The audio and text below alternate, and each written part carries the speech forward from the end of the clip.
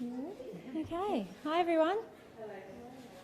I am so pleased that today the Premier has announced that the Women's Safety and Justice Task Force, led by the Honourable Margaret McMurdo, will not only consider the best way to legislate against coercive control, they will also consider women's experiences in the criminal justice system.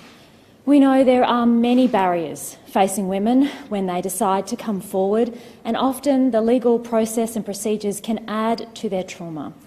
Women and girls are disproportionately affected as victims of sexual assault, and yet it is one of the most underreported crimes, and only a small percentage of cases get to the courts. We know that 1 in 5 Queensland women from the age of 15 have experienced sexual assault, and 1 in 4 Queensland women experience assault at the hands of their partner. So we know we have to do more to keep women safe and to enable access to justice. That's why I'm so pleased that this task force will consider everything from the actual or perceived barriers about why women don't come forward, whether or not we have enough trauma-informed systems to make sure that at every point in the system, from coming forward to police, to forensics at a hospital, to going through the legal system, women are supported.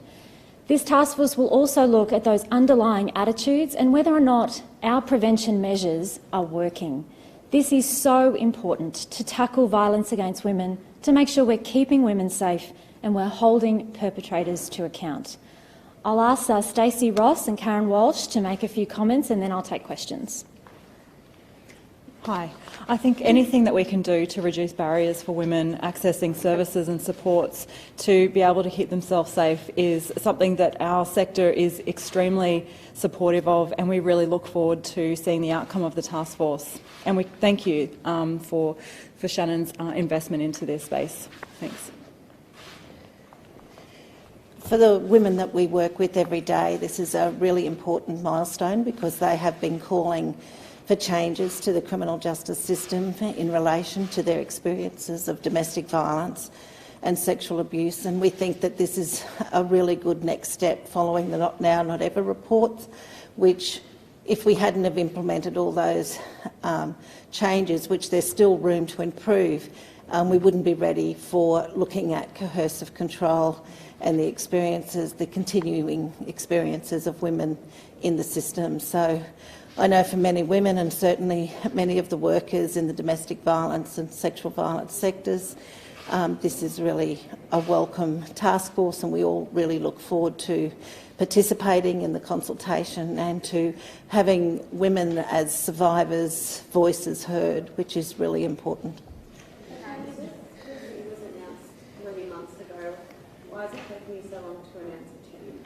So, as I said, I announced that we would lead a review into women's experiences in the criminal justice system, a first for Queensland. We have been working with the sector on terms of reference, which have been released today, and on the task force membership made up of legal experts, people who are working in domestic and family violence and sexual assault sectors, and of course engaging the Honourable Margaret McMurdo AC. It actually is important that we get this right. That is what the sector wants us to do. We have very clear terms of reference, and I'm very pleased that this is another significant step forward from our government that has led the country tackling violence against women. Can you explain more the terms of reference about creating the new offence of commit domestic violence? What that entail? So we have an election commitment to consider whether or not we need a standalone offence, commit domestic violence. This was considered by the Honourable Dame Quentin Bryce in Not Now, Not Ever, and at that time they decided not to proceed with a standalone offence. But again, things continually change in this space and we absolutely need to remain vigilant. And so the task force will examine the best way to legislate against coercive control, whether we need a standalone commit domestic violence offence, and all of the other barriers that women face when they come forward. How does it make you feel to know that many women out there probably are being left out by the system?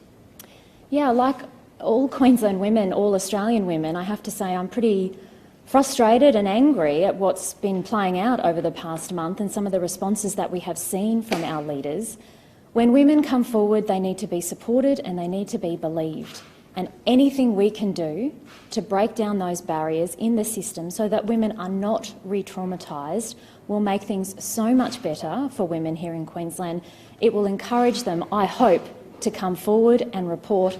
We will keep women safe, but most importantly also hold perpetrators to account. Police are often the first people that victims go to when trying to report if that experience is negative, it dissuades them from taking things further. So will you be working with the Queensland Police Service? Is that a key area?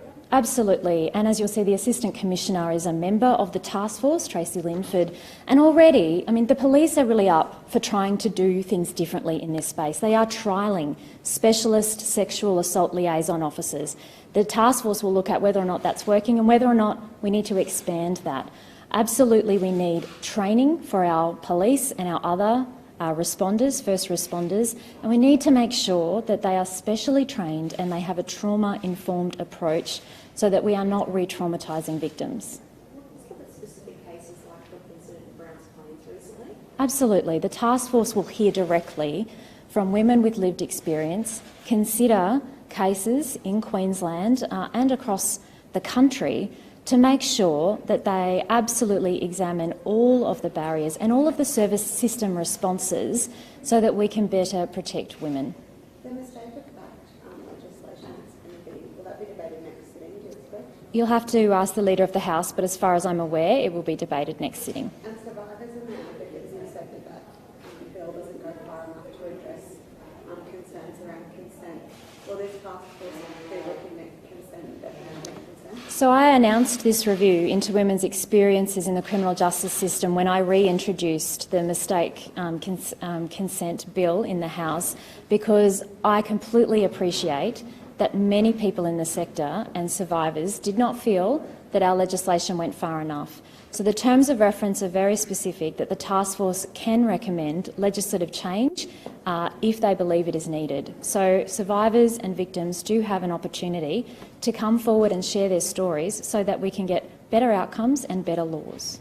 And just on the public trustee report, the public advocate says the government needs to take swift action to basically ensure that the public trustee immediately ceases all practices that could constitute fiduciary breaches. Have you issued a directive to the public trustee to stop these practices flagged in the report? Absolutely. I have spoken with the acting trustee yesterday, and the government has taken incredibly swift action.